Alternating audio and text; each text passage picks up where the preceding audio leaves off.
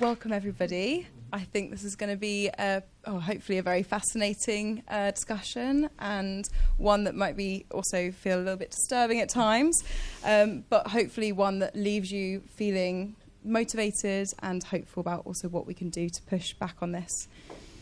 So what timing? A little under 2 weeks ago, Adolescence was released. For those who haven't seen it yet, it's been watched by 25 million people around the world, and it tells the story of a 13-year-old boy from a UK school who violently stabs and murders another girl in his school after, well, there's lots of sort of reasons for this, but the major reason was that he was radicalised online by misogynistic content. And this, Cecile's book very much goes into this.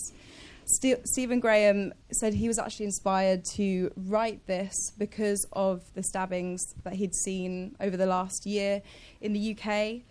And I think if anyone's been reading any kind of news or watching anything over the last couple of weeks, we know this has sparked a massive national conversation. In the same week, this week, Andrew Tate, he was sent back to the US. The Trump administration put pressure on the Romanian government to get him back into the US. And basically, perfect timing for Cecile's book and this conversation, which I know is going to be, hopefully, be able to pull the lid or lift the lid on some of these bigger conversations. So I absolutely love the book, Cecile. It was incredible. I think the thing that really came to me as I was reading it was, oh my God, how are you going into these big conversations or going into these social media sites and reading these forums? Why on earth did you start looking at this in the first place? And can you explain how you got into this?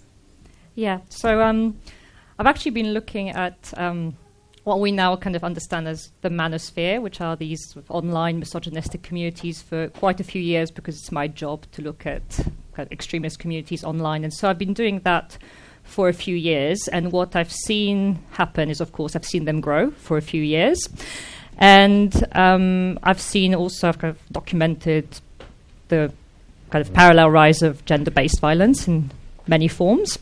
And I felt that as that stuff was becoming incredibly mainstream around the time of the pandemic, which is after, that I don't think we're coming to grips with it and what was exactly happening. And I don't think we kind of were understanding the problem. So when Andrew Tate first emerged in the media, I thought, I'm just not sure we're discussing this in the right way. And I thought, well, maybe I should write a book. And there was a very specific trigger for writing it, which was that just at the end of the pandemic, I found out that a close friend of mine is a men's rights activist. So a men's rights activist, sorry to introduce the kind of notion for those who probably know, they're essentially a part of the manosphere as well. So they're not the incels that you may kind of think about, or they're not, the kind of 13-year-olds, but they're the older demographics of the manosphere. And this emerged. He's part of a good group of friends. He's in his late 40s, and he sort of started voicing these misogynistic conspiracy theories about, the government suppressing all the data about rape, and actually women are sort of raping men and no one's talking about it. It's a massive societal problem. He was producing sort of YouTube videos about the conspiracy against men. He was quite active. He was properly active in groups, going to marches. And so I clearly missed that. And I don't think I missed it because, to be fair, I wasn't paying attention. I think it's just because more and more men are now exposed to these ideas. And so I think he kind of got more into it and started voicing these ideas.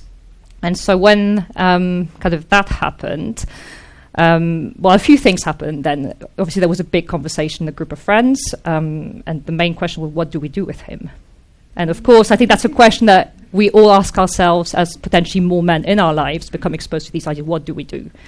And the reality is there isn't that much you can do. I mean, there is something you can do, but it's, I think, a problem that requires a collective response. And what happened to my friend is that he eventually became a bit ostracized. So the women in the group said, well, we shouldn't really be with someone who believes with these things. He doesn't respect our autonomy. We shouldn't really have him around. It's quite uncomfortable. And so in a sense, he got a little bit cancelled. Like, we still, I would say some people in the group still see him. He has my number. I mean, maybe against my better judgment, he can call me. But, he's quite entrenched in what I consider to be a dangerous movement. And I think that powerlessness to know what to do reflects a bigger powerlessness, I thought, at the time, which is our collective inability to respond accurately to the problem and to actually name the problem. Because I think that the problem that we face is both very kind of intimate and sort of personal. It sort of affects men in our lives, etc. But I think that what my friend is going through is part of a kind of bigger project that has essentially, for me, gained traction across, well, the Anglosphere, but also the global north. So what I'm describing is also happening in Europe. It's also happening in many other parts of the world, which is a political project to restore men's dominance over women and actively undo progress on key issues. And undo rights. And I think that essentially I call this a male supremacist project. And I also, in a sense, don't consider, I kind of move away from talking about the manosphere, because for me the manosphere is the sphere of men. It's a few kind of keyboard warriors behind, behind their keyboards. Whereas actually I think we kind of need to name what the project is behind this, which is a male supremacist project.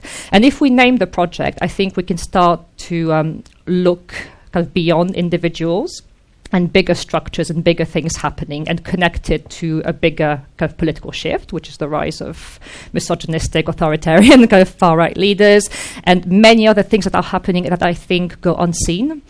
And that I talk about in the book, essentially. I was going to say that because, I think what separates your book from a lot of the conversation that's happening at the moment is that this is not, about the individual, but actually rather this is about these external forces and these external systems that are really creating this and making it into the mainstream.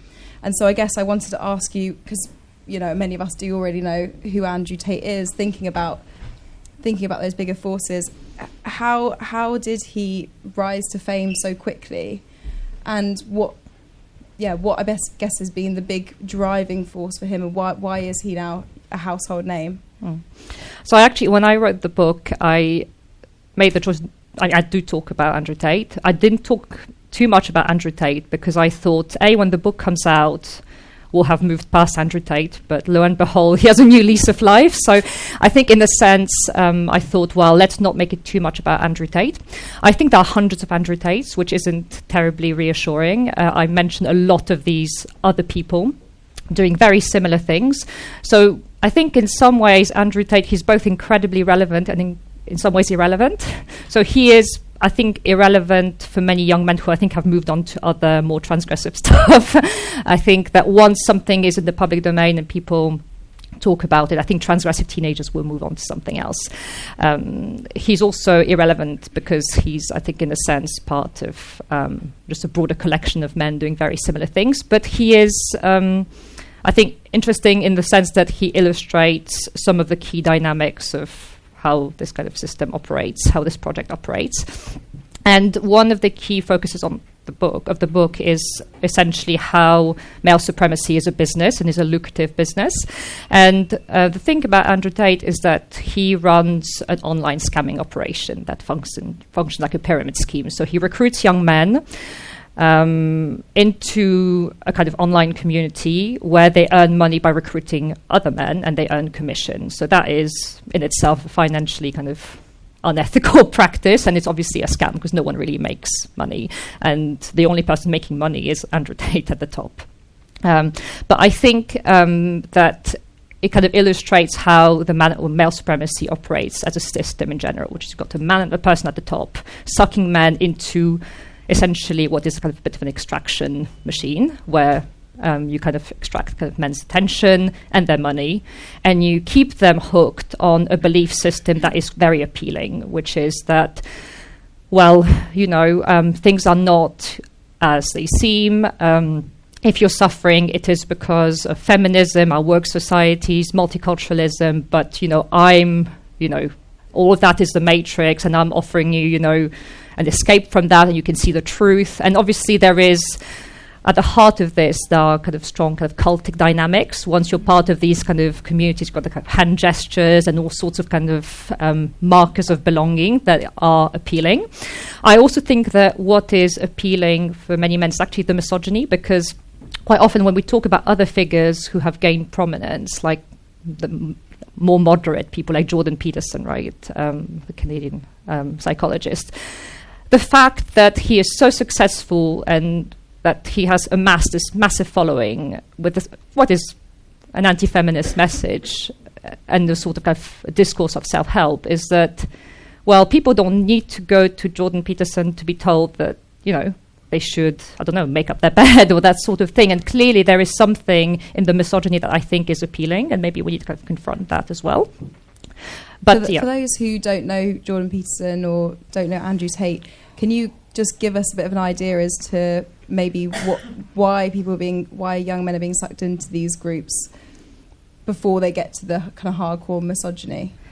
Well, I think there are really kind of multiple reasons for that. I think people tend to say, I think at the moment the conversation focuses a lot on male role models and things like that, and the idea that men have nothing else to look at. I think maybe we can come back to that later in a sense. But what I think, in a sense, I don't think it's that surprising that young men are attracted to Andrew Tate, because he promises them a lot of things that society has always told them they should want, which is, a big car, sexy women, and a lot of money. So I think these are quite entrenched, I suppose, values. But what he also embodies is a success story in some ways in a very kind of predatory online influence economy, right? In a sense, he is a really successful kind of influencer, and I think there are sort of multiple surveys that have showed that young people want to be influencers today. Like in the UK, it's one of the first professions that young people kind of name when you ask them what they want to be. They want to be an influencer, which is incredibly... 40% of young people, I think, 40% of under 16-year-olds want to be, their top career ambition is to be an influencer. Which is an incredibly precarious profession in general. But, he is a kind of successful in that sense. And I think that the appeal of these sort of the online influence economy in a world where I think young people kind of understand that maybe they don't have great prospects. I think there is a real, there is a job stagnation. I think that, wages aren't increasing. I think that many people struggle in the gig economy. Andrew Tate, he's kind of telling you all of that is a scam, and I'm giving you a meritocratic go at kind of coming into my alternative system. And I think that maybe, despite the fact that it's a complete scam, there is something, I suppose, appealing in the idea that you can just play on different kind of terms. So we spoke a little bit about how the US, the Trump administration was, kind of quietly supportive or not so quietly supportive of Andrew Tate. And your book, actually a large part of your book, references the broader political impact of the male supremacy or, normalization of really intensely misogynistic content online. Could you maybe go into a bit of that? Yeah, so, as the kind of male supremacist ideas have become mainstream, largely online, across the global north, what's happened as well is that we've seen far-right kind of, or generally right-wing authoritarian leaders run campaigns on a discourse that I consider to be male supremacist, or that kind of leans into that. And obviously Trump is the manifestation of that. He's not the only one, but I'm thinking of Argentina, I'm thinking of South Korea, and, even other countries where people haven't won elections. Increasingly, you've got far-right parties that are directly appealing to young men who are steeped in these kind of online communities by telling them that, if they elect them, they will, I suppose, kind of close down, gender sort of services, or that they will cut funding for all sorts of causes. So this is where we're seeing that this is a problem that is both individual, but it's also political, because it gets into power people who will then undo legislation, who will, restrict women's rights. And for me, male supremacy now has become a political force. And I think that quite often you also have direct alliances in certain countries between kind of manosphere forums and political leaders. But you also have a much kind of broader circulation of these ideas. And, the manosphere of 2016, the kind of forums, the anti-feminist forums were really key in Trump's first election. But what happened in 2024 is quite instructive, because he won a kind of a bigger majority. And what he did was tour all the misogynistic podcasts, or the male supremacist podcasts that have grown and that get millions of views, while Kamala Harris was doing TV interviews and getting, whereas he was getting, millions of views and downloads by going on these podcasts and directly quoting these men. And of course, people didn't vote for Trump just because of misogyny or whatever. They voted for Trump for a number of reasons. But, in the hours after Trump's election, there was this slogan that started spreading online, and these waves of abuse. And that slogan was, "Your body, my choice." And I think that really shows that essentially for many men, that's what it was about. And, they think that Donald Trump is the male supremacist leader that they kind of want, and he will, put women back into chains, as one prominent white nationalist kind of said. And so I think that's what's happening. I think there is also, if I can go into that as well, I think there is also something else that is happening, which is that outside of kind of elections, parties, male supremacy has become a bit of a kind of public force in kind of public discourse. And I also talk about something which I kind of call kind of male supremacist online campaigns, which are really about influencing discussion about women's rights and also actively, silencing women. If I can just briefly go into, I'll just kind of explain briefly because it's a big case, but one of the key cases for that was the trial, the defamation trial of Johnny Depp and Amber Heard. So I'll do a very super brief summary, but in 2022 there was a defamation trial in the US that was watched by millions of people, and it was about determining whether Johnny Depp was right when he sued his ex-wife Amber Heard for defamation when she described him as she described herself as a victim of domestic abuse. So it was a Me Too trial, right? And what happened during those few weeks when millions of people watched the trial online and were, following this case, is that there was a clear concerted campaign to smear her and to influence what people were seeing online and how they were thinking about this case. And to make sure that men could send a message to women, which is that next time, if you want to kind of, report abuse, no one will listen to you, and that also, women are liars, which is one of the key kind of talking points of men's rights activists.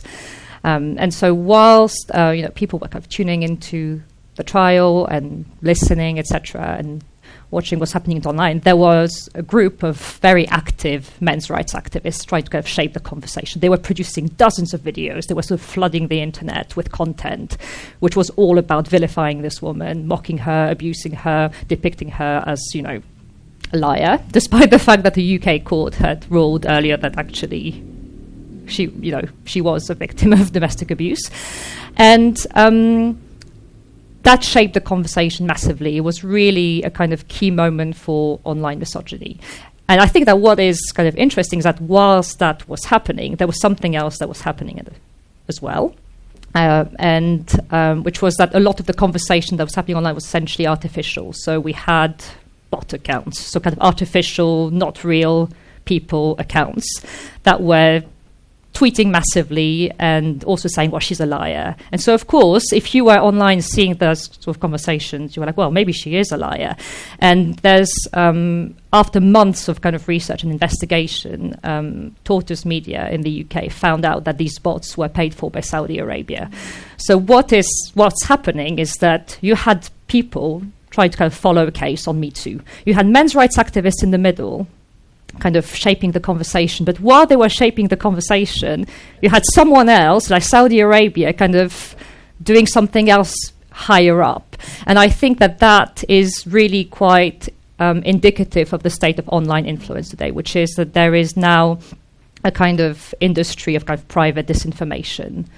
And that is, a major change from what was happening a few years ago when we were thinking about disinformation, kind of fake news and Russia meddling in elections. What we have now is also much darker online operations to influence kind of what we see, and that's what I mean by the kind of unseen. And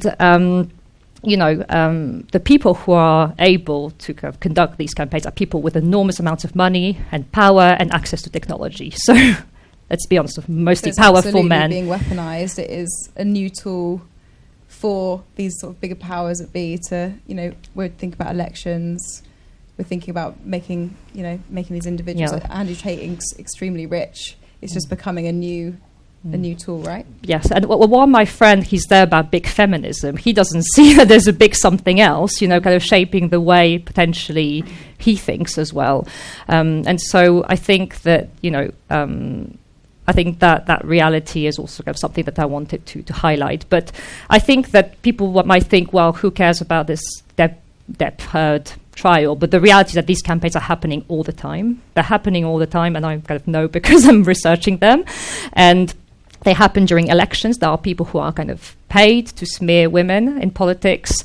There are, of course, a lot of these campaigns now rely on deep fakes generated by artificial intelligence. And so we're kind of now entering a new frontier of in these kind of online abuse campaigns, because you can automate something and generate something with AI within seconds. So you don't really need people to sit in a room somewhere in a troll farm engineering these things, because you can now automate it. So for me, this is a new kind of frontier in this kind of quite dark online landscape.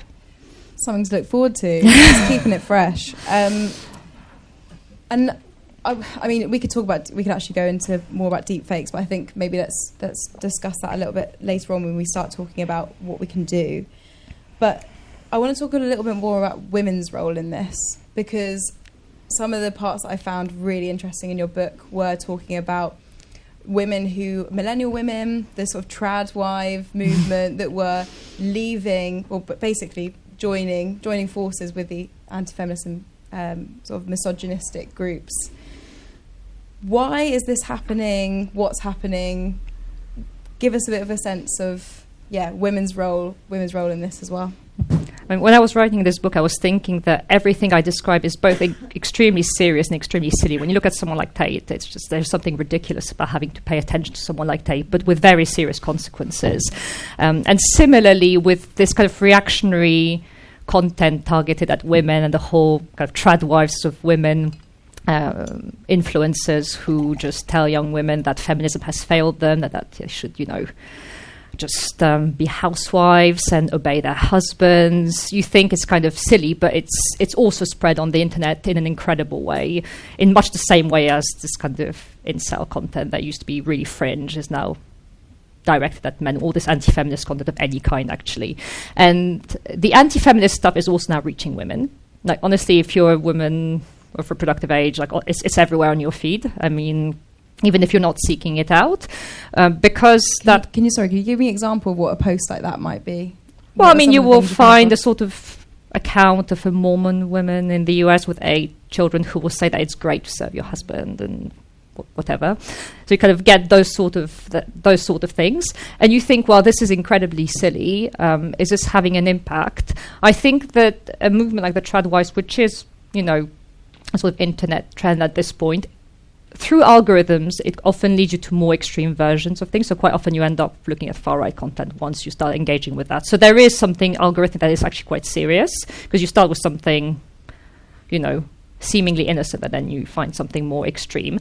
I do think it speaks, though, to kind of an erosion of, I suppose, hope in feminism in general, that I think is happening a little bit in essentially, America and Europe.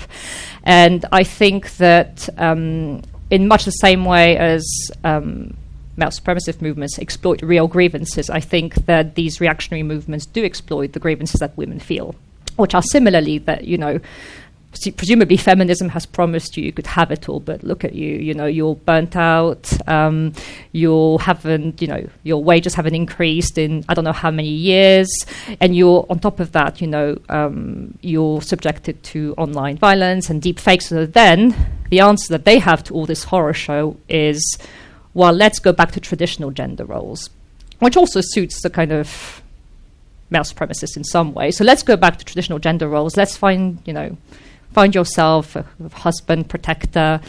And I think that, yes, these movements kind of really work hand in hand with many of these men's movements, because they are actively about encouraging women to give up their financial independence. They are also quite often really steeped in rape culture and in, they condone all sorts of things, marital rape. I mean, it's quite a dark kind of reality. And so I think that as this kind of far-right politics and really reactionary views on gender roles have become mainstream, I think they're also now kind of, I suppose, affecting women as well. So I want to get on to how do we go from here, because I don't know how everyone else is feeling, but absolutely terrified at the state of the world. But I do want to, before we do that, just talk a little bit about adolescence and what you thought about it, because there's been this huge reaction from the UK. Everyone's jumping in, talking about what we need to do, what's going to happen in schools. But as someone who's been watching this steady rise for a very long time, and has you've been talking on the BBC, Channel 4 for a good few years now about this. I'm interested to know what you thought about it, and what does it do to the conversation? Is it useful at all? Well, I think that the fact that, in a way, the situation has gotten so bad that now we have a show to kind of talk about how, in a way, to kind of show that to people, I think is a measure of how we kind of haven't responded to this for years adequately. In general, I think that a good cultural production that shines a light on an important issue is good, and that should be welcomed. I think it just depends what we do with it. And I feel that one of the reasons I wrote the book was I wanted to devote half of it to what we can do. This was kind of important to me, because I thought that for a few years, we've had all sorts of responses being thrown around, and quite often they are the same sort of responses and the same kind of diagnoses, which is that men don't have male role models, they have absentee dads, and we can go into the details of all those things. I think these are kind of worthy conversations, but we don't actually have a big strategy to address this. And because it has multiple dimensions, because it's about online influence, because it's about deep fakes, because it's about influencers, because it is about multiple things, if we don't kind of understand the problem and its multiple dimensions, I don't think we can respond adequately. I also think that it's such a big problem that in some ways we're kind of a bit kind of paralyzed by it, and I think the only way we can respond is by looking at multiple kind of avenues. So I thought that the film was, the series was really well acted, and it's really clearly a great series. But I'm not quite sure what people will take away from that. And when I hear the government say, well, we'll show it in schools, I'm thinking, well, maybe actually we need the kind of proper intervention that so many organizations are asking for, mandated interventions in school, but quality, not the kind of interventions that will say, well, let's just do anti-misogyny education, which I think pathologizes sort of boys and kind of assumes that they're sort of just kind of misogynists. But let's do good quality intervention. But I'm concerned that people will choose to take the easy route. And that, you can so see it, like them wheeling the TV in into the PSE lesson, just like, that's tick box.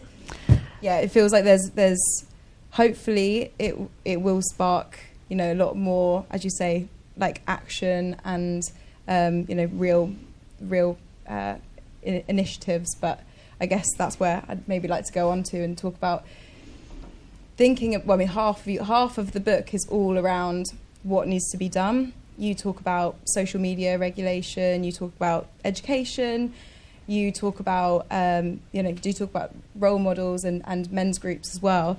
And I just wondered, of all these things, it's a huge issue. What are the priorities? Like, how are you going to even begin to kind of take this head on? I mean, I think that, of course, I will say that, and people will. To be fair, I don't think that establishing necessarily kind of hierarchies is always kind of that helpful. I do think that the biggest piece for me is the education piece and also the social media regulation. But I think within that, there are multiple aspects. And I felt that for many years, when people were discussing solutions, there were plenty of people in multiple fields doing incredible work. And that's why I kind of wanted to interview them and be like, can we kind of really look at some practical solutions? But I feel like the kind of solution that trickled into collective awareness were around sort of two things. On the one hand, there was always this idea that, oh, well, if Facebook fixed their algorithms, everything will be fine, right? It's just that. And then on the other hand, there was a lot around, oh, well, it's just, dismantle kind of patriarchal norms and address misogyny, which you never quite know kind of how that happens. So on the one hand, you had these sort of solutions that assume a lot about, well, just the way the problem works. I don't think it's just about algorithms. I think it's about much more. And then on the other hand, you have, I think, solutions that maybe aren't, I think, kind of practical. So I wanted to look at just the range of practical things that we could do. I think that in very kind of practical terms, when it comes to the regulation of social media, I do think we need regulators to actually hold social media companies to account in a stronger way.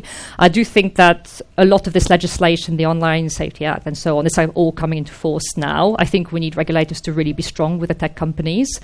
I think we need to start regulating things that we're not regulating, like online pornography. I think that's really important. I think we need to look just beyond the kind of algorithms that lead young men to more extreme content. I think we need to look at online groups and spaces where men are kind of closed in, and essentially where a kind of understanding of women kind of is shaped. I think we also need to look at the design of platforms. And by the design, I mean that there are multiple ways in which we could reduce some of the abuse that we're seeing, very practical ways. I think that there is now kind of an understanding among technologists and people who kind of work on these issues that there are very simple things you could do to reduce abuse. So, for instance, you could introduce some friction online. So, if you want to share something, you will kind of click share, and for 2 minutes you'll have to wait or something like that. And this is to kind of reduce these kind of viral cascades that we're seeing a lot online in a case like, a big celebrity case or something like that. But, we can also kind of just design kind of platforms in different ways to kind of encourage just different interactions online. I think a lot of the technologists I interview in the book have all sorts of practical solutions around that. You could create a button that allows you to report plenty of abusive messages in one go. I mean, we have the technology to do that. So I think we need to think creatively across the board beyond, obviously putting pressure on social media platforms. And I think that's also one of the points is that, most of the time young men and men aren't going out necessarily searching for this stuff. It's that social media companies and the way that social works is it profits massively on shock or and they'll be served this content when they're not even looking for it in the first place. Yeah. And I think it's the same. We discussed a little bit about pornography and 50. This is not to kink shame anyone who watches porn. Absolutely not at all. But 50% of men watch porn. I think 17% of women watch porn on a weekly basis. What are your sort of thoughts around how pornography fits into this conversation? Because I think it's there's been a lot of discussion around it's not that porn is the problem necessarily. It's that on these streaming platforms but you can very, very quickly go into this route where you suddenly are seeing strangulation,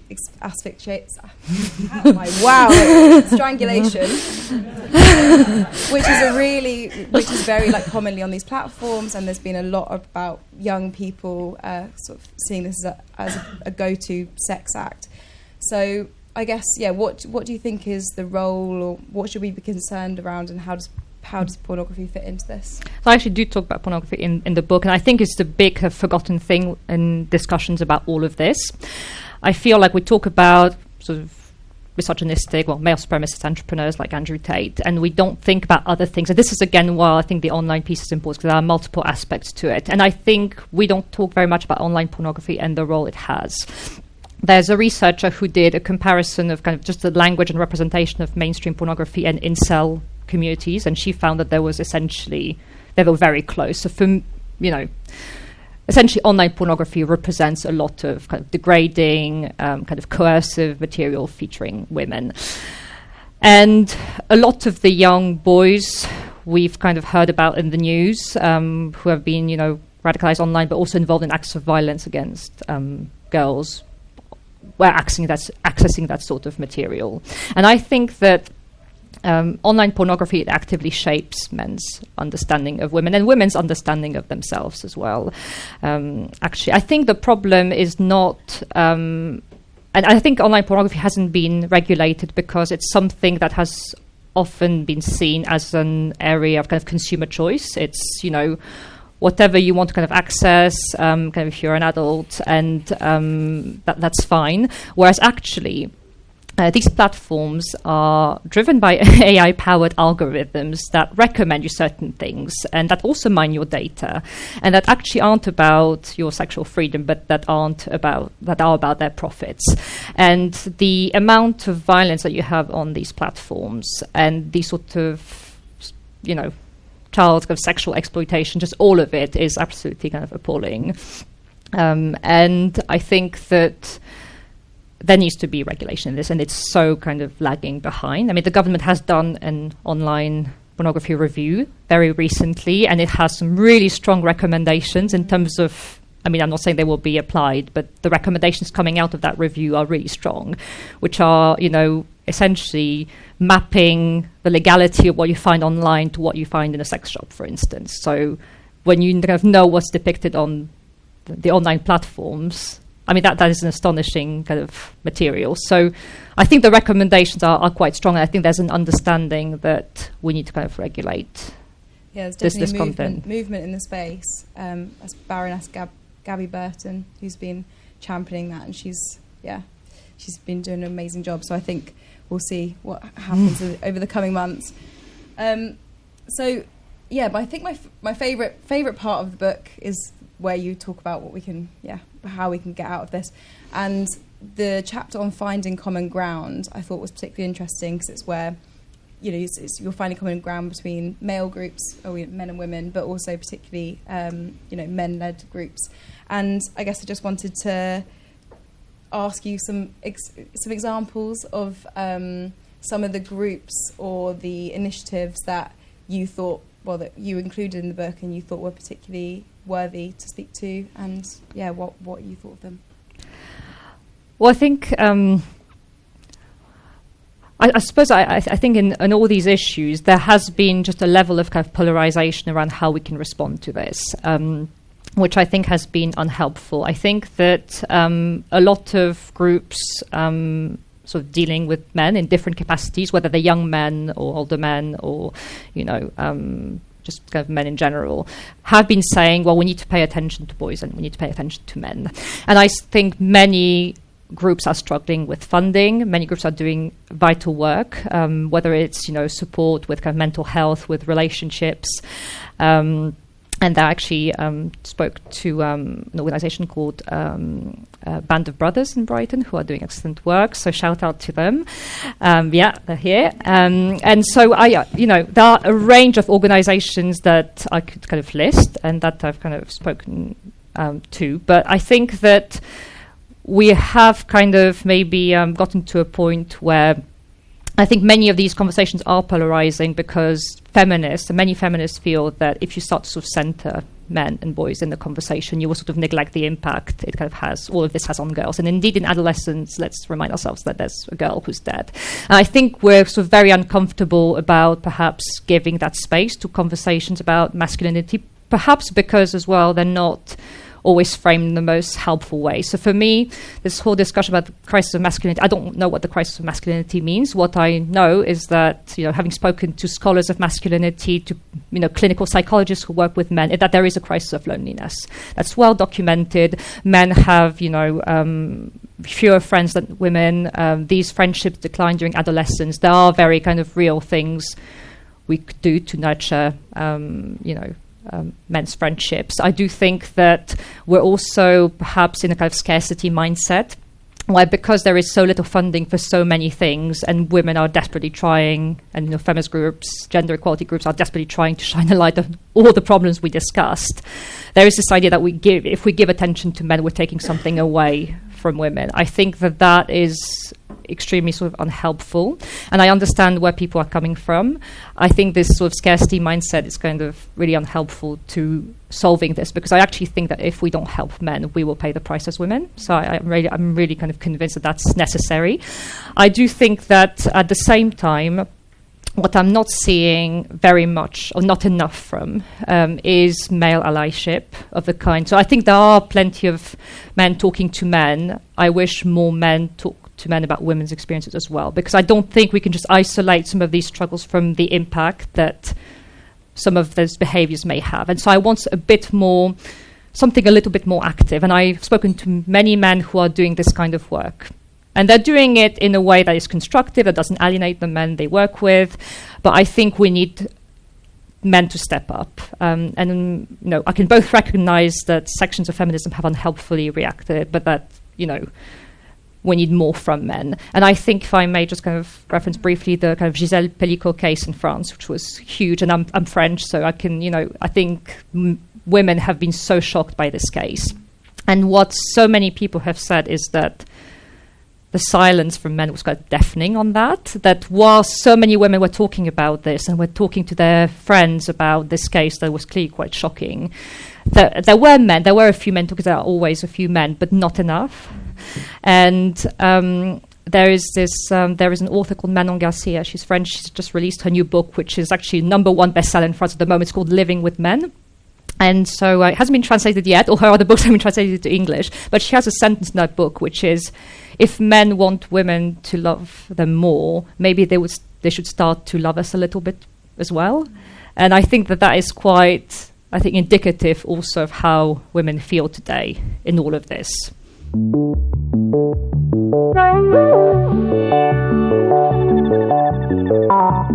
So my question is about the role of social and government. How do we challenge the power in the places that we need to create shift?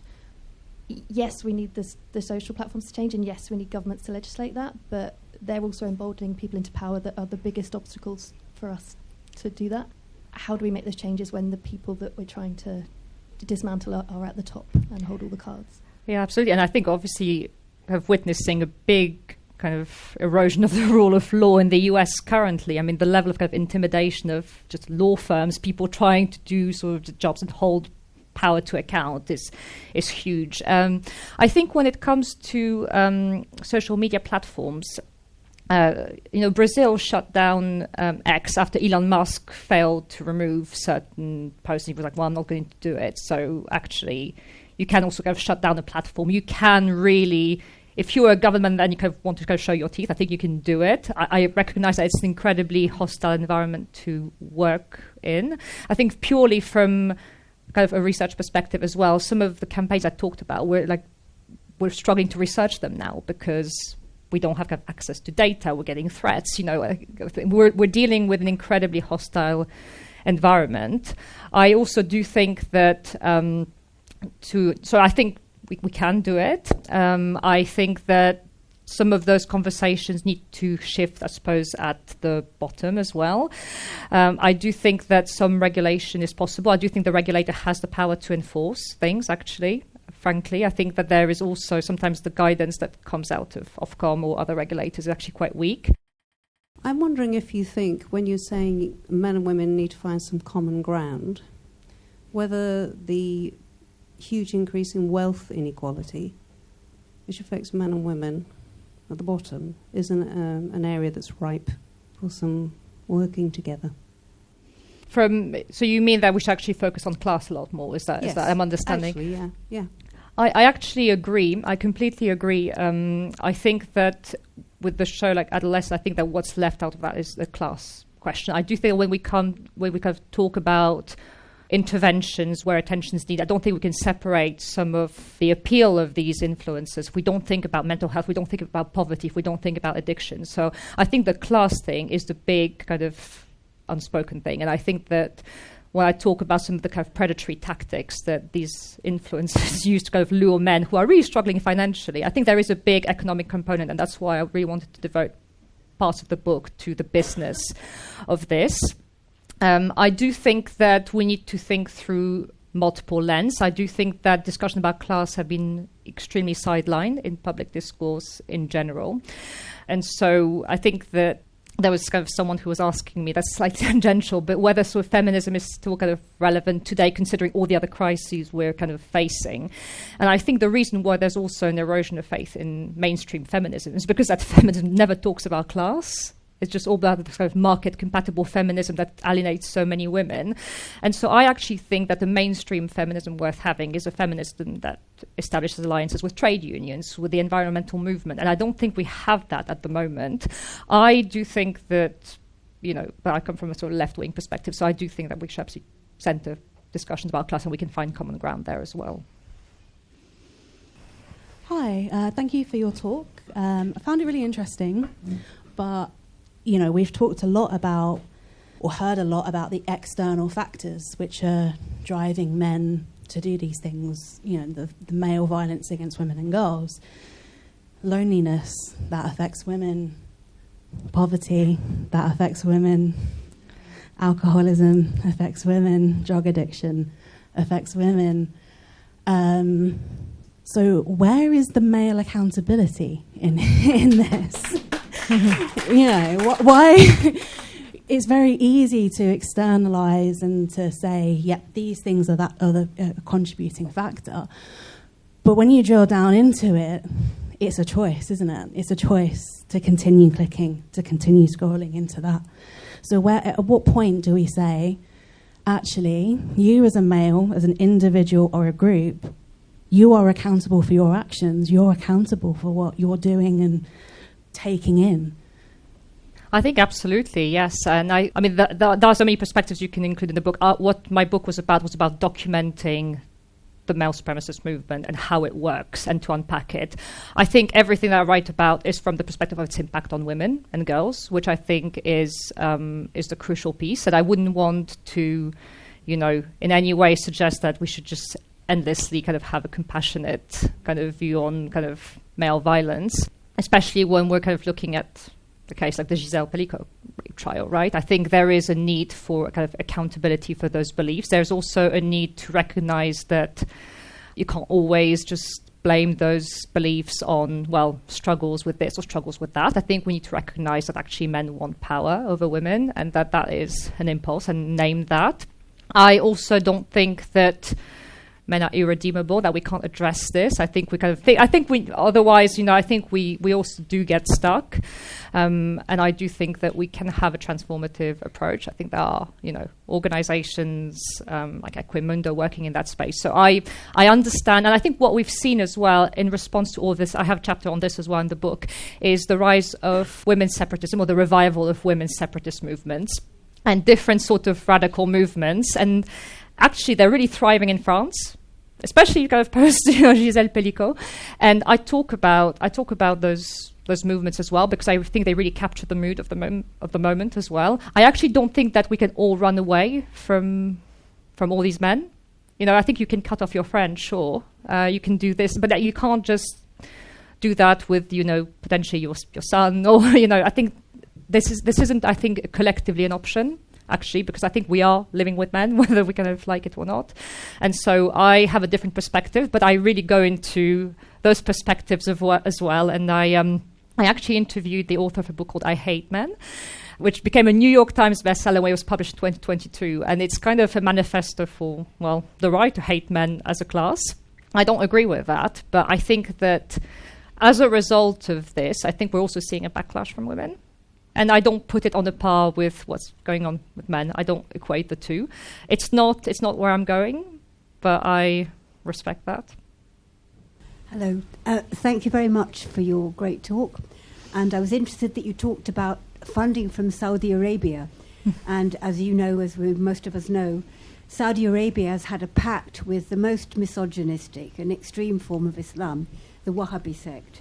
And I wondered if you had considered at all a sort of throwback to traditional religion, not only in Islam, which this is the worst kind of Islam, but also in Christianity, traditional Christian sects in America. So actually, I touch on this, but only to the extent that it serves the purpose of the book. So it tries to cover quite a lot of ground. I think that when it comes to the erosion of reproductive rights in the US, obviously the big evangelical Christian foundations are kind of behind that. I kind of talk about some of that funding and some of the kind of anti-feminist content that we then see online, and we don't see all the kind of funding from these. I do talk about, when it comes especially to traditional gender norms and this return to traditional movements, tradwives and all of that in the US, I kind of do talk about the links to evangelical Christianity. I haven't looked at Islam because I think I've focused mostly on, I think, the global north, when basically it's been more driven by Christianity traditionally. So I touch on it, especially in the kind of chapter where I look at the current kind of assault on reproductive rights. I've got another question, and you might not be dealing with this either, but men increasingly would like to be women. And I wonder what your take is on that whole movement and where it comes from in the background of it. So it's not something that I go into because I think it would be a distraction from a broader point, which I think is, as I said, a big political project by men. I don't think that trans identity, which concerns quite a small proportion of the population, was something that I think I could go into any level of depth I would do it justice. I don't think it's my story to tell. I also think it's a hugely divisive issue in the UK that would do the book a disservice when there are other things to say in it. And so I chose to be a conscientious objector. One of the things I wanted to very briefly touch on is things like Ofcom. They are not using the teeth that they have, and the teeth they have are very limited. I'm very fortunate that I work in this space and I sit in these meetings, the select committees and roundtables. They do nothing. And they send, the social media companies send their most junior employees that can do nothing and enact no change, and nothing happens. So I guess my question is, I'm really lucky that I can get to work in this space already, and I'm still as passionate. What can we do so individuals can do something, so that people, to get over the utter exhaustion about we're still doing this bullshit? Yes, and I think that real fatigue is something that I think actually reactionary movements also prey on. I mean, after all, I think it's, Andrea Dworkin who said that, anti-feminist women are anti-feminist because they're tired and the streets are cold and the women are tired, and so we are. I think it's incredibly discouraging in some ways to, as you said, to go to these meetings, do these consultations, talk about the deep fakes, talk about all of that, and not see change. I have found that, kind of speaking for myself, there are a lot of things that I don't do, so I don't really kind of actively engage on social media. I find it a place where I think I can expose myself to kind of all sorts of abuse. So it's a form of silencing in a way. I have found that actually getting involved in kind of more activism and actually working in this, and particularly sort of looking at women who are doing slightly different things, it has re-energized me personally. I think that my job can be quite grueling, especially because it's the research, and so it's quite narrow. I think that as I have connected with women working on different pieces of this kind of response, I have found that has given me a bit more energy to do it. But I don't have an answer as to how to give other women energy. I think in general, what I will say is that a big part of the book focuses on community, and I do think that people are actually, it sounds incredibly kind of basic to say, but people are craving community and real kind of relationships, which is also why there's this big push to kind of ban social media and get off social media, which is its own kind of thing. I do think these community ties that have also been kind of affected by the pandemic, they can be really re-energizing, but I appreciate that not everyone has the time for feminist activism, that maybe you have to step back. Hi, Cécile. As you know, I work in prisons, and there is a massive increase in guys coming in with intentional strangulation. There's a huge amount of domestic abuse. What we've now realising and seeing a big problem is that with people getting a lot shorter sentences and being released, and there's no programs running in prisons currently. So we're getting guys coming into prison now with 96% of the prison population is male. That's soon to be 98% by the end of the year. But there's no rehabilitation. There are no courses being run. These guys are coming in, experiencing 23-hour bang-up, being traumatised even further, and then being released. I have a concern that we're creating a revolving door and we're just making an even worse problem. Do you share that concern as well? Gosh, I mean, I think that's not even my kind of question to answer in some ways. I think what you're dealing with is kind of underfunding and really just the government's failure to actually have proper provision for men, you know. So I think, I mean, I really can't speak to that because it's not really my area, but I hear the thoughts. Cécile, thank you. That was really a fascinating talk.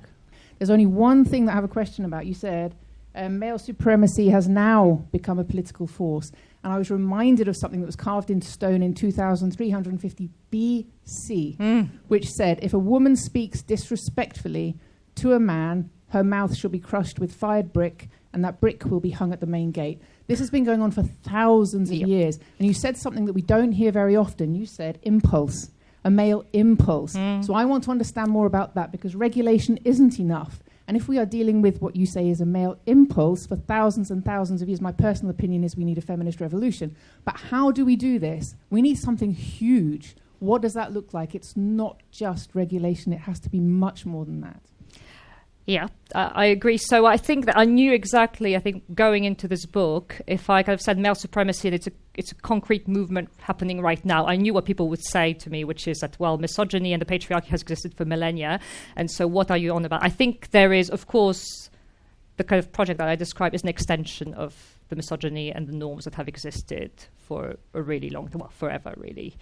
However, because I was looking at a very kind of specific moment and a specific reality that is driven by social media, and that is about kind of actively undoing that progress, I wanted to name that project. Also because I wanted to move away from the framing that I kind of described, which is, it's the manosphere, whereas I think it's a much kind of bigger project. But I agree that it's an extension of actually something that has existed for a long time. I do think that we have made progress. I know we're not free, right? But I mean, we have made progress. I think the reason why we're facing what we're facing is precisely because there has been so much progress to a certain extent. And so the backlash that we're facing is also proportionate to that progress. Now, the book isn't a feminist treatise, and so as such, I'm not having theories about how we can achieve the feminist revolution that I think we deserve. I think that right now, for me, feminism as a whole is reactive and is kind of retreating. I think that's my take on it, because I think we have this anti-feminism is so present. I don't think, especially sort of mainstream feminism, I don't think has kind of a response to that. I don't think it offers any kind of meaningful change. I do see an interest and a revival of radical feminism, both in the UK, and since I'm mentioning France again, I think it's also happening in France quite a lot. I think that when I talked about the kind of self-described kind of misandrists who kind of want to own that right, I suppose, to hate men, I also think that there are just kind of more radical conversations happening. And one of the most kind of popular authors at the moment is Virginie Despentes, who has kind of written these sort of manifestos of kind of self-defense for women, these really quite radical ideas. So I don't have a recipe for the feminist revolution, but I do see this desire for something just indeed radical that I think has been sidelined as well for a very long time now.